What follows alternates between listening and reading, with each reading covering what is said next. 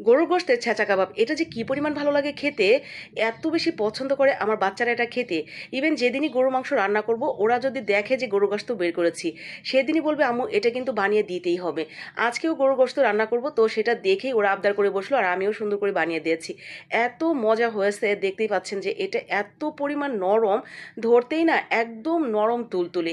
আর এটা খেতেও অসম্ভব মজা, রুটি পরোটা গরম ভাত খিচুড়ি পোলাও সব কিছু দিয়েই দারুণ লাগে খেতে। তো এখন মোটামুটি প্রায় প্রত্যেকের বাসাতেই টুকটাক একটু না একটু গরুর মাংস রয়েছে, আপনি চাইলেই কিন্তু রেসিপিটা দেখা মাত্রই বানিয়ে নিতে পারবেন। তো পরিবারের সদস্য সংখ্যা অনুযায়ী আপনি কতটুকু বানাতে চান সেই অনুসারে গরু গোশত নিয়ে নেবেন। আর এই রেসিপিটা বানানোর ক্ষেত্রে এখানে হাড় ছাড়া একদম শুধুমাত্র মাংস মাংস যেটাতে থাকে গোশত, একদমই হাড় নেই। তো এরকম গোশতই কিন্তু নিতে হবে। এরপরে ভালো করে ধুয়ে নিয়ে দেখেন আমি কি করে পাটার মধ্যে নিয়ে ছেঁচে নিয়েছি। ছেঁচা দিয়ে এটাকে একদম ছড়িয়ে ফেলতে হবে ঠিক এরকম, আবার একদম ছুটে যাবে ঠিক ওরকমও না। মানে জয়েন্টটা থাকবে ঠিকই, বাট এরকম ছেঁচা হয়ে যাবে। তো সবগুলো ছেঁচে নেওয়ার পর এগুলোকে আবার ধুয়ে নিতে হবে। তো আমি এক সাইডে রেখে দিলাম, একসাথে ধুয়ে নিব না। আর এইখানে আমি একটা মশলা তৈরি করব, আদা রসুন পেঁয়াজ কাঁচামরিচ, সাথে একটু জয়ফল, একটু দিব জয়ত্রী, সামান্য একটু দিব স্টার আনাস, আর সাথে গরম মশলা, সাথে দিব কয়েকটা কালো গোলমরিচ, আর দিয়ে দিলাম অল্প একটু জিরা। মানে এই গোশতটুকুর জন্য যা যা প্রয়োজন আমি সব কিছু এখানে অল্প অল্প করে অ্যাড করে দিয়েছি।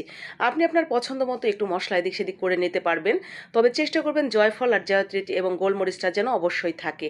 তো এই সব কিছু ভালো করে মেখে বেটে নিয়েছি, মশলাটা এক সাইডে রেখে দিয়ে আমি গোশতটাও ভালো করে ধুয়ে নিলাম। যেহেতু ছেঁচেছি তারপরে ধুয়ে নিলে এটা একটু বেশি ক্লিন ক্লিন লাগবে, ভালো লাগবে। তো এরপরে দেখেন পানিটা চিপে ফেলে দিবেন এই গোশতে থেকে। এরপরে সেই বাটা মশলাটা, হলুদের গুঁড়া ধনিয়ার গুঁড়া মরিচের গুঁড়া স্বাদ মতো লবণ দিয়ে দিলাম, একটু চিলি ফ্লেক্স, আর দিয়ে দিবেন সামান্য একটু ঘি। এই ঘিটা দেওয়ার জন্য দারুণ একটা ফ্লেভার পাবেন খাওয়ার সময়। আর সামান্য একটু লেবুর রস তো অবশ্যই দিবেন। এই লেবুর রসটা দেওয়ার জন্য খেতে যেমন ভালো লাগবে, এই লেবুর রসের কারণে এই গোশতগুলো অনেকটা বেশি নরম হবে ভেতর থেকে, যেটা খেতে গেলেই বুঝতে পারবেন যে নরমও হয়েছে আবার অনেকটা ফ্লেভারফুলও হয়েছে। এরপরে সরিষার তেল দিয়ে এটা মেখে নেবেন। মাখানোর পরে এটা কমপক্ষে 2 ঘন্টা রেস্টে রেখে দিবেন। 2 ঘন্টা রেস্টে থাকলে এটা এত বেশি নরম হয়ে যাবে আর রান্না করার পর এত বেশি ফ্লেভারফুল হবে, আপনি বুঝতে পারবেন যে ম্যারিনেশন করার আসলে তফাৎটা কোথায়। তবে হ্যাঁ, খুব বেশি তাড়াহুড়া থাকলে আপনি 1-1.5 ঘন্টা রেখেও কিন্তু এটা রান্না করে নিতে পারবেন। তো এরপরে যখন ম্যারিনেশন হয়ে যাবে তখন জাস্ট তেলের উপরে এটা দিয়ে ঢাকনা দিয়ে অল্প আছে এটা রান্না করতে হবে।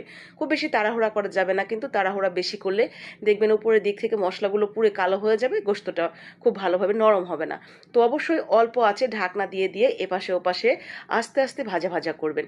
এরপরে দেখবেন যে এটা কি পরিমাণ সেন্ট মানে বেরিয়ে যাবে, যে আপনার বাসা না, আপনার আশেপাশে 2-1 বাসা পর্যন্ত এই ঘ্রাণটা ছড়িয়ে পড়বে।